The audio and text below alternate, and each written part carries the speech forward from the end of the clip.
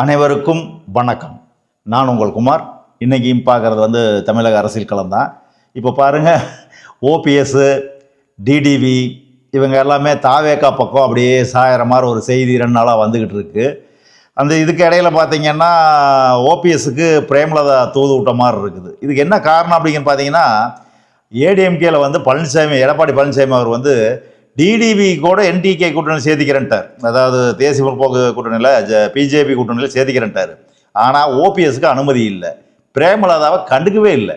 இதுதான் காரணம். இந்த 2 பேருமே விலகி இருக்கிற காரணம் தான். ஆனால் ஓபிஎஸ், இந்த இபிஎஸ் பார்த்தீங்கன்னா டிடிவி சேர்த்திக்கிறேன்னு அவர் சொன்னாலுமே டிடிவிக்கு ஒரு மனசுக்குள்ள ஒரு எண்ணம் இருக்குது. நம்ம பார்த்து முதலமைச்சர் ஆக்கிவிட்டால் நம்மளவே இது பண்ணுறதா, தாழ்த்தி பேசுகிறதா, பண்ணுறதா, நம்ம அவருக்கு கீழே செயல்படுறதா, அவர் முதலமைச்சர் நான் உட்காந்துருப்பேனா அப்படிங்கிற எண்ணமெல்லாம் இருக்குது. அதுலேயும் பாருங்கள், ஏடிஎம்கேல பார்த்தீங்கன்னா தேமுதிகவுக்கு ஒரு 3 சீட்டு, ஓபிஎஸ்க்கு ஒரு 3 சீட்டு, தினகரனுக்கு அமமுகவுக்கு ஒரு 3 சீட்டு, 20 சீட்டுன்னு நினைக்கிறேன். இப்படியெல்லாம் ஒதுக்கலை. அப்படி ஒரு ரூமர் அடிபட்டுக்கிட்டு இருக்குது. இது உண்மையாக பொய்யாங்கிறது அப்புறம் அது போக பார்க்கலாம். இப்படி சொன்னால் தான் இருக்கும் அப்படின்னு. இப்போது டிவிகேல என்னமோ எல்லாத்துக்கும் 40 சீட்டு, தினகரனுக்கு 40 சீட்டு, ஓபிஎஸ்க்கு 40 சீட்டு, தேமுதிக அந்த பக்கம் ஒன்றும் பேச்ச காணோம் அப்படின்னு ஆளுக்கு அறிவிச்சிட்டு இருக்கிறாங்க. விஜய் எங்கே நிற்பாப்பறன்னு தெரில, எல்லாத்துக்கும் கொடுத்துப்புட்டு இது சும்மா ஒரு டுபாக்கூருக்காக பேசுகிறதா. அப்படியே இது யாருமே இன்னும் கன்ஃபார்ம் பண்ண கிடையாது, ஒரு டுபாக்கூரு தான். இன்னைக்கு தனிச்சு களமாடுறது சீமான் மட்டும்தான். ஒரே ஆள் சொன்ன மாதிரி நான் தனிச்சு தான் போட்டிடுவேன், என்னுடைய கொள்கைக்கு தனிச்சு போட்டிடுறது தான் சரியாகும் அப்படின்னு சீமான் ஒரு நபர் மட்டும்தான் தனிச்சு அரசியல் களத்தில் செயல்பட்டு வர்றார். தில்ல பேசிக்கிட்டு வர்றார், மேடைக்கு மேடை பேசுகிறார், நிறைய பேசிகிட்டு இருக்கார். பார்க்கலாம், நம்மளால் பார்க்க முடியும். ஓபிஎஸும் ஓரளவுக்கு பேசுகிறார், புரியுதுங்களா? அவர் சீமான அளவுக்கு பேச முடியலனாலும் அவரால் ஓரளவுக்கு பேச முடியுது. இன்னும் முழுசாக வெளிப்படையாக அடிக்க முடியல, பிஜேபியோ மற்ற யாரையும் அடித்து பேச முடியல. அதுக்கான காலமும் இல்லை. ஏன்னா 2-3 மாதம் 4 மாதம் இருக்குது. இவ்வளோ அவகாசம் கொடுக்கும்போது ஒருத்தர் தூக்கி அடித்து பேசுனா அவங்க ஏதாவது சதி செய்வாங்க.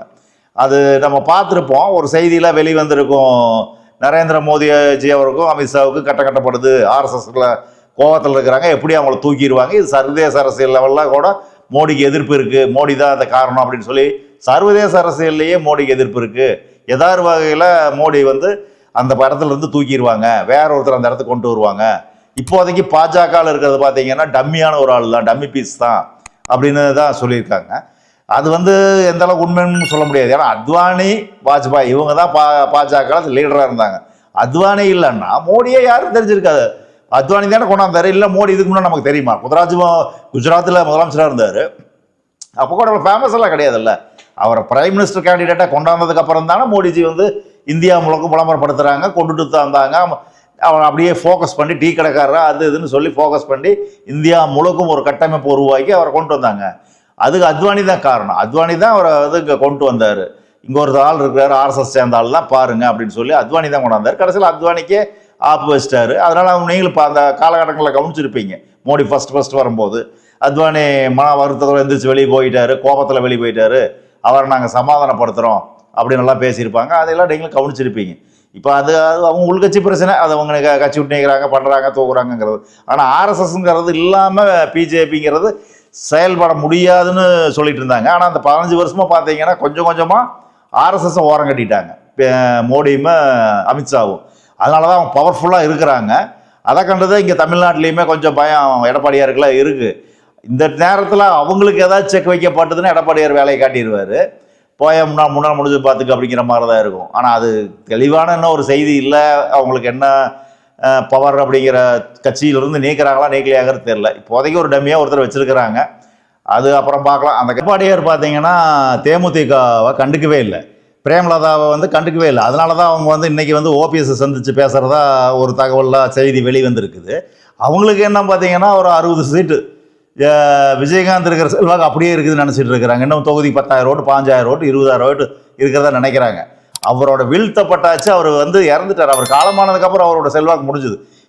இவர் விஜயகாந்தினுடைய செல்வாக்கு போனதுக்கு காரணமே பிரேமலதாவும் சுதீஷும் தான். உங்களுடைய கருத்து என்னங்கிறத நீங்கள் கமெண்ட் பாக்ஸில் சொல்லுங்கள். இவங்க 2 பேரும் தான் விஜயகாந்தை முடிச்சு கட்டினது, கட்சியவே முடிச்சு கட்டினது. இப்போ ஜெயலலிதாங்கிற நினைப்பில் திருப்பி 50 சீட்டு 60 சீட்டுக்கு ஆட்டை போட்டு நினைக்கணும்னு நினைக்கிறாங்க. எடப்பாடியார் கண்டுக்கவே இல்லை, சரிதான் போகணும் அப்படியே கண்டுக்காம விட்டார். இப்போ போய் ஓபிஎஸை பார்த்து ட்விஸ்ட் பண்ணி விடுவாங்க, நம்ம பண்ணலாம் அப்படின்னு. இப்போ அதெல்லாம் எதுவுமே நடக்காதுங்க.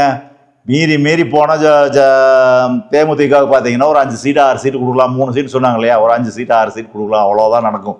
வேற எல்லாம் ஒன்றும் நடக்காது. அரசியல் களத்தில் வந்து இப்போ இவங்க ஓடிக்கிட்டே இருக்கலாம். ஸ்ட்ராங்காக நிற்கிறது 3 பேர். 1 ஏடிஎம்கே, 2 டிஎம்கே, 3வது என்டிகே. இவங்க 3 பேர் ஸ்ட்ராங்கான கட்சிக்காரங்க. விஜய் தாவேக்கா 4வது இடத்துல தான் இருப்பார். அவரோட ஏற்கனவே சொல்லியிருப்பேன், இந்த 30 வயசுக்கு கீழே தான் நான் ஏற்கனவே சொல்லியிருப்பேன், போன காணொலியே சொல்லியிருப்பேன், விஜய்க்கு ஒன்றும் பெருசாக இருக்காது அப்படின்னு. ஆனாலும் அவருக்கான ஒரு யோகம் அடிக்குது. எல்லாமே வந்து இபிஎஸ் சரி மன்னிக்கணும் ஓபிஎஸ்லாம் அங்கே வந்து சேர்றதா ஒரு தகவல் வந்து கிடைக்குது.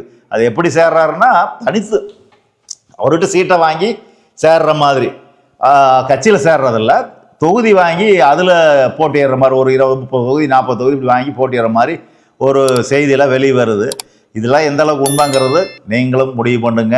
காலம்தான் பதில் சொல்லும். தேர்தல் களத்தில் தான் அப்புறம் தான் சிந்திக்க முடியும். இப்போதைக்கே சும்மா என்ன வேணாலும் பேசிகிட்டு இருக்கலாம். ஒரு யூகத்தின் அடிப்படையில் ஒவ்வொருத்தரும் ஒரு செய்தியை வந்து ஒரு நல்ல பூஸ்ட் ஆகணும் அப்படிங்கிறதுக்காக சொல்லிகிட்டு இருக்கலாமா தவிர வேறெல்லாம் ஒரு பெருசாக ஒன்றும் நடந்துராது. நன்றி, வணக்கம். மீண்டும் அடுத்த ஒரு அரசியல் களத்தில் சந்திக்கலாம். நன்றி, வணக்கம்.